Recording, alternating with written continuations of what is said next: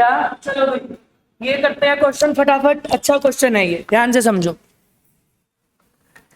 मेरे पास एक रिएक्शन है और इस रिएक्शन में मुझे रिएक्शन क्या है ये पता लगाने की जरूरत नहीं है, ध्यान से समझो।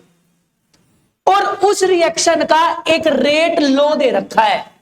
क्या? उस रिएक्शन का जो रेट लो है वो क्या है? R is equal to K NO2 I minus, और बताओ क्या है? H प्लस की H की पावर 2। H प्लस ले लो, H प्लस ले लो। मेरे को ये नहीं पता भाई मेरे पास रिएक्शन क्या है, पर उसका रेट लो पता है। अब इस रेट लो से मैंने दो चीज बताई थी। पहला ऑर्डर, इससे क्या निकलेगा? ऑर्डर। ऑर्डर क्या होता है? इन सबकी पावर का सम। क्या होगा? इसकी पावर क्या है? 1, इसकी पावर क्या है? 1, और इसकी पावर क्या है? 2। तो इसका ऑर्डर क्या होगा? 4। पर ये रेट लो इक्वेशन एक और चीज कहती है कि ये जो रिएक्शन है ना, ये NO2 की रिस्पेक्ट में कितने ऑर्डर का है? फर्स्ट ऑर्डर का। ये I माइनस के रिस्पेक्ट में कितने ऑर्डर का है? फर्स्ट ऑर्डर का। और H प्लस के रिस्पेक्ट में कितने ऑर्डर का है? सेकेंड ऑर्डर का। और इसका ओवरऑल ऑर्डर क्या है? ओवरऑल ऑर्डर है 1 + 1 + 2 = 4। क्यों? क्योंकि मैं दोबारा बता दूं, क्योंकि अब रिकॉर्ड होने लग गई है class. Order of the reaction हमने पढ़ना स्टार्ट कर दिया है। ऑर्डर क्या होता है? The sum of exponents. जो इस रेट लो में एक्सपोनेंट्स है इन रिएक्टेंट्स की कंसंट्रेशन के, इन रिएक्टेंट्स की कंसंट्रेशन के जो एक्सपोनेंट्स है उसका सम ही क्या कहलाएगा? ऑर्डर। यहां से दो बात निकली कि इस रिएक्शन का overall order alpha plus beta होता है, और इस रिएक्शन में ए के रिस्पेक्ट में ये रिएक्शन अल्फा ऑर्डर का, और बी के रिस्पेक्ट में, जैसे ये चीज यहां पर क्या है कि ये रिएक्शन NO2 के रिस्पेक्ट में फर्स्ट ऑर्डर का है, I माइनस के रिस्पेक्ट में फर्स्ट ऑर्डर का है, और H प्लस के रिस्पेक्ट में सेकंड। अब क्वेश्चन कहता क्या है? क्वेश्चन क्या कह रहा है कि how would the rate of a reaction change when concentration of H plus is double. Rate पर क्या असर पड़ेगा अगर मैं कंसंट्रेशन ऑफ H प्लस को क्या कर दूं? अब मेरी बात ध्यान से सुनो। केस 1 मैं पहला पार्ट करवा रहा हूं, दूसरा तुम्हें खुद करना है। अगर मैं NO2 की कंसंट्रेशन को ले लूं X, I माइनस की कंसंट्रेशन को ले लूं Y, और H प्लस की कंसंट्रेशन को ले लूं Z, तो इसका रेट क्या बनेगा? R is equal to K NO2 की पावर X, क्योंकि पावर 1 है। I माइनस की कंसंट्रेशन क्या रखी है? Y, और H प्लस की कंसंट्रेशन क्या रखी है? Z। Z का क्या होगा? तो ये रेट होगा। अब मेरी बात ध्यान से सुनो। केस 2 में क्या हो रहा है? केस 2 में हो रहा है कि मैं H प्लस की कंसंट्रेशन को क्या कर रहा हूं? डबल। NO2 की कंसंट्रेशन तो क्या रही? X ही रही। I माइनस की कंसंट्रेशन क्या रही? Y ही रही। और H प्लस की कंसंट्रेशन क्या रही? डबल हो गई ना। तो इसका रेट क्या बनेगा? ये नया रेट है, नया रेट R डैश के। NO2 की कंसंट्रेशन क्या है? ये है ना रेट, रेट इक्वेशन ये है ना, Y और 2Z का, तो ये क्या हो जाएगा?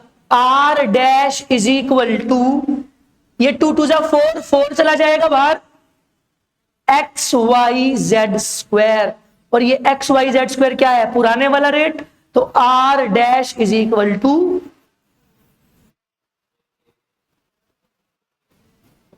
हाँ ये के, ये पूरा के बनेगा ना।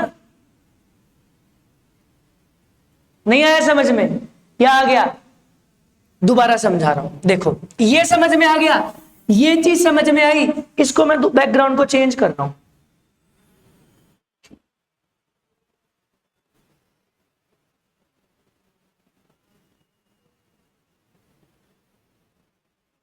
ये चीज समझ में आई कि अब देखो, अगर मैं नया रेट निकालूंगा, नया रेट क्या है? नया रेट कि NO2 की कंसंट्रेशन कितनी है, इसी में तो पुट करूंगा वैल्यू। I माइनस की क्या है और H प्लस की क्या है, उसका क्या हो गया? R dash is equal to K X Y. ये क्या हो जाएगा? इस 4 को मैं आगे लिख सकता हूं क्योंकि मल्टीप्लाई में है, तो क्या होगा 4 के एक्स वाई। ये क्या है? ये पुराने वाला रेट है ना, तो R dash is equal to I बात समझ में? कर लोगे? उतारो, नेक्स्ट पार्ट खुद करो।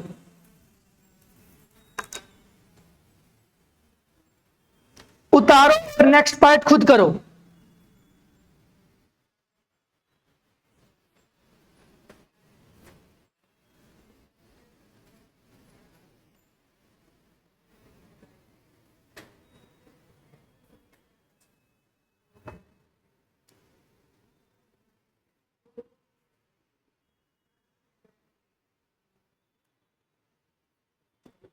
नेक्स्ट पार्ट बेटा खुद करो।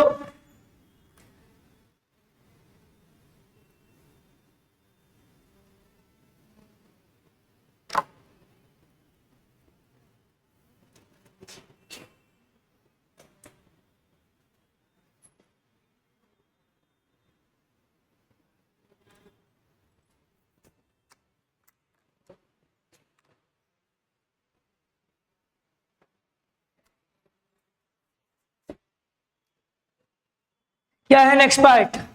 Concentration of I minus is halved. Case 1 वही बनेगा, केस 2 में I माइनस की कंसंट्रेशन को क्या कर दोगे? हाफ। बताओ क्या होगा?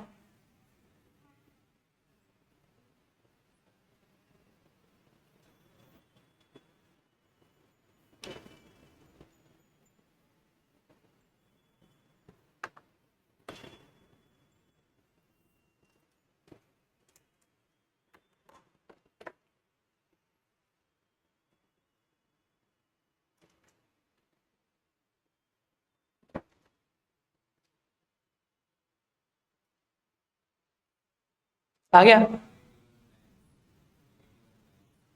थर्ड पार्ट तो होमवर्क दूंगा। हाफ आया है, आ गया हाफ। थर्ड पार्ट कर लोगे खुद? थर्ड पार्ट कर लोगे ना? ठीक है। पारस हाफ आ गया? आ गया। रिया करवा रहा हूं, देखो मेरा जो रेट लो है वो क्या है? R is equal to K NO2 I minus और H प्लस का केस 1। देखो केस 1 क्या है?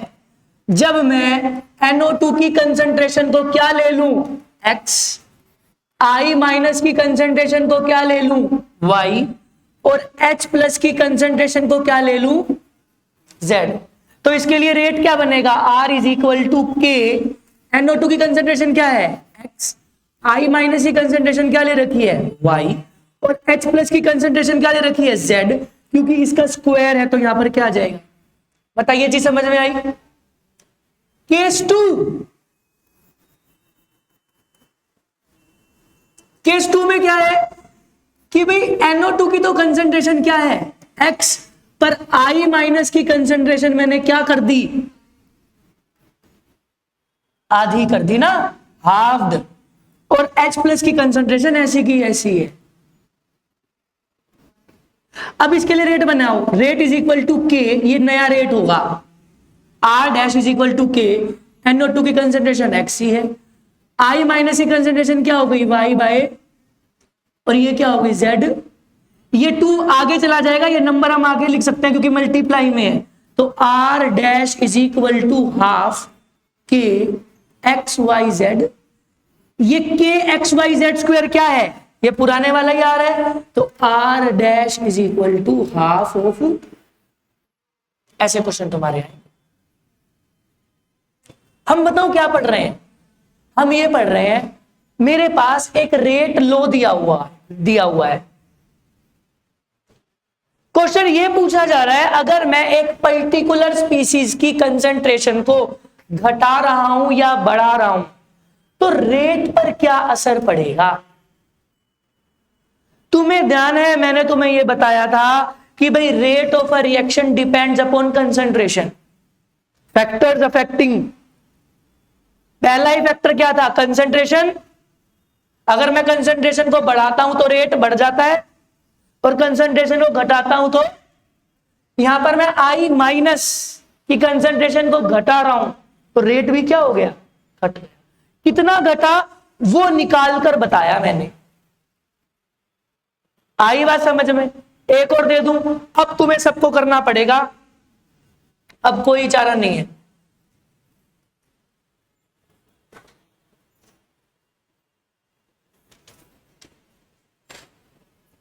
जल्दी।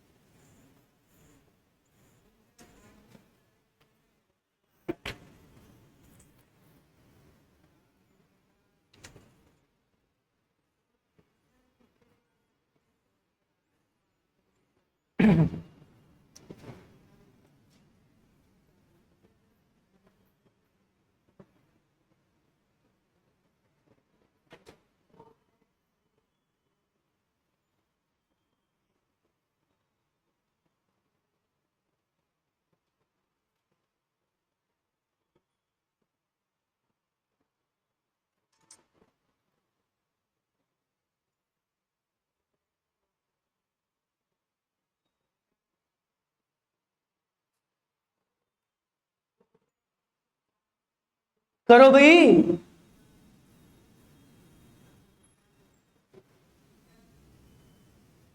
पहले इसकी रेट लो बनाओ। Reaction is first order in reactant A, मतलब जो रेट है वो क्या है, ए के रिस्पेक्ट में कितने ऑर्डर का है, एंड ऑफ सेकेंड ऑर्डर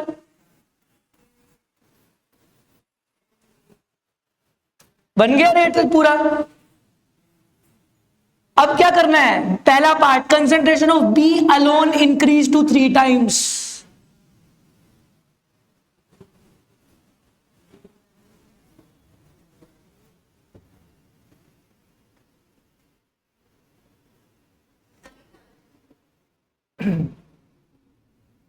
हाँ 9 टाइम्स।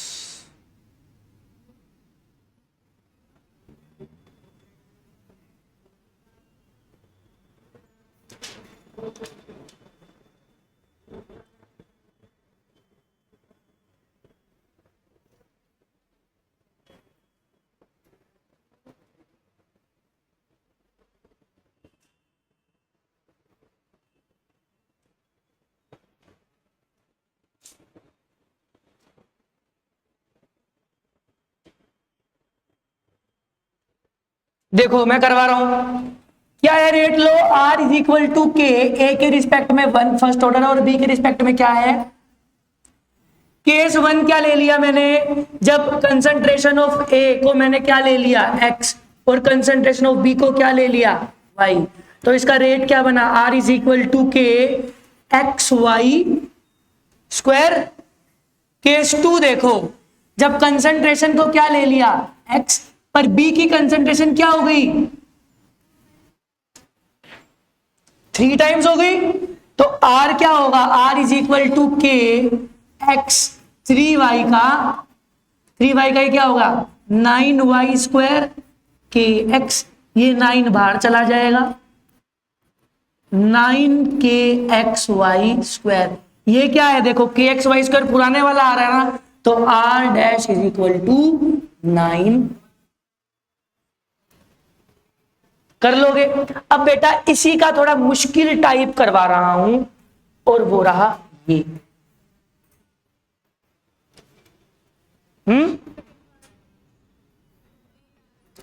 8, हाँ 8 है। इसका एक पार्ट करो, ये रहा,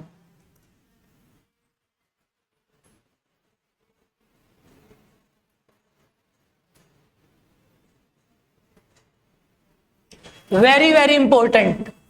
देखते हैं कौन इसको कर सकता है। बहुत अच्छा क्वेश्चन है ये। फॉर अ रिएक्शन ए से B, the rate of a reaction becomes 3 times when the concentration of A increased by 9 times. What is the order of the reaction? दिमाग लगाओ, थोड़ा सा मुश्किल है, लेवल 3 है इसका।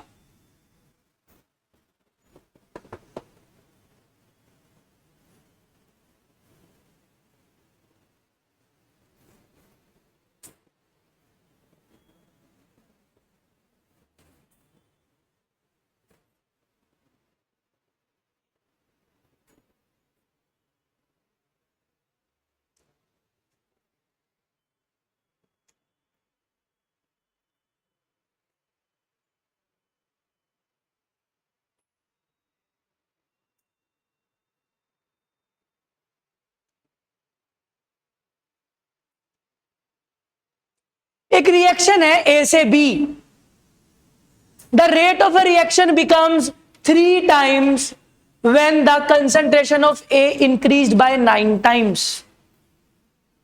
हमें ऑर्डर निकालना है। अच्छा, सबसे पहले अगर मैं तुमसे पूछूं इस रिएक्शन, ये ए से बी रिएक्शन है, ए से बी, तो इस रिएक्शन का रेट लो, ये बनेगा R is equal to K ए की पावर, तुम्हें अल्फा की वैल्यू कुछ नहीं पता ना, ऑर्डर नहीं पता, बी थोड़ी ना आएगा उसमें, बी तो प्रोडक्ट है। रेट लो में सिर्फ रिएक्टेंट आते हैं और रिएक्टेंट ए है। अब दिमाग चलाओ, कितना?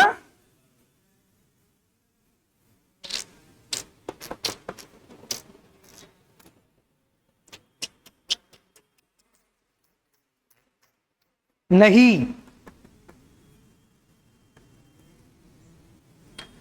बस हल्की सी गलती है, 0.5 आएगा, रेसिप्रोकल कर 1/2। देखो पहला केस क्या, केस 1, जब मैं ए की कंसेंट्रेशन क्या ले रहा हूं, एक्स। देखो भाई ध्यान से समझो, बहुत समझने वाला क्वेश्चन है। केस 1, जब मैं कंसेंट्रेशन ऑफ ए क्या ले रहा हूं, एक्स, उस केस में रेट क्या है, आर ही ले लो। तो इसके लिए रेट लो क्या बनेगा, R is equal to X की पावर, इसको मान लो इक्वेशन 1। केस 2 में क्या है, जब मैं कंसेंट्रेशन क्या कर लूं, 9 टाइम्स कर दूं, तो यहां पर ए की कंसेंट्रेशन क्या हो गई, और आर डैश कितना हो गया, आर डैश कितना हो गया, 3R। तो नया रेट है वो कितना हो गया, 3 टाइम्स हो गया ना। अब मैं इसके लिए बनाऊं तो 3R is equal to 9x की पावर, बोलो बात समझ में आई कि नहीं आई? जो मैंने लिखा है, जो क्वेश्चन है बस वो लिखा है। अभी मैंने क्या करा, मैंने एक रिएक्शन लिया ए से बी, ध्यान से सुनना, ए से बी रिएक्शन लिया, इसका रेट लो यही तो बनेगा। रेट लो में सिर्फ रिएक्टेंट का यूज है, उसकी पावर अल्फा है, क्योंकि ऑर्डर नहीं दिया हुआ, ऑर्डर ही निकालना है। पहला सिंपल केस, जब मैं ए की कंसेंट्रेशन क्या ले लूं, एक्स, और आर क्या ले लूं, आर, तो रेट लो ये बनेगा। दूसरे केस में क्या कह रहा है भाई, कंसेंट्रेशन ऑफ ए में क्या ले लूं, 9 टाइम्स 9x, तो रेट, नया रेट क्या हो जाता है, 3 टाइम्स। तो रेट क्या हो गया, 3R, और कंसेंट्रेशन क्या हो गई, 9x की पावर, इसको ले लो। अब मैं बेटा क्या करूंगा, 1 डिवाइडेड बाय 2 कर दो, के भी है, 1 को 2 से डिवाइड कर दो। इक्वेशन 1 क्या है, के एक्स की पावर इज इक्वल टू, और इक्वेशन 2 क्या है, 3R इज इक्वल टू के 9x की पावर R से, जैसे ये देखो ये हुआ, R is equal to K x की पावर अल्फा, और ये 3R इज इक्वल टू के, ये कितना है, दोनों को क्या करो, कुछ स्मेल आ रही है ना,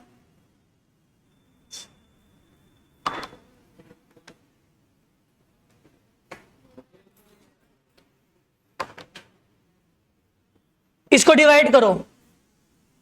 देखो कैसे के गया, x बाय 9x, इसको मैं होल अल्फा लिख सकता हूं। अरे ये तो रूल ऑफ एक्सपोनेंट है, अगर इसकी पावर अल्फा इसकी पावर तो दोनों की पावर अल्फा लिख सकता हूं। r से r गया 1 बाय, ये x से x गया तो 1/3 इज इक्वल टू 1/9 की पावर। मैं इसको रेसिप्रोकल कर सकता हूं, देखो मैं ये क्या लिखता हूं, 3 इज इक्वल टू 9 की पावर। इसको मैं क्या लिख सकता हूं, 9 को क्या लिख सकता हूं, 3 की पावर उसकी पावर, तो 3 इज इक्वल टू 3 की पावर 2 अल्फा। 3 से 3 कैंसर, तो 2 अल्फा किसके बराबर आ गया 1, तो अल्फा किसके बराबर आ गया 1 बाय,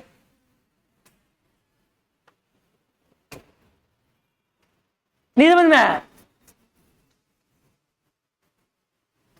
किस किस को नहीं समझ में आया,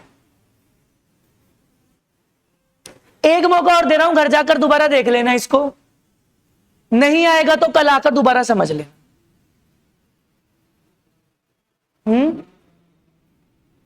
क्या, हाँ हाँ स्मेल आ रही है,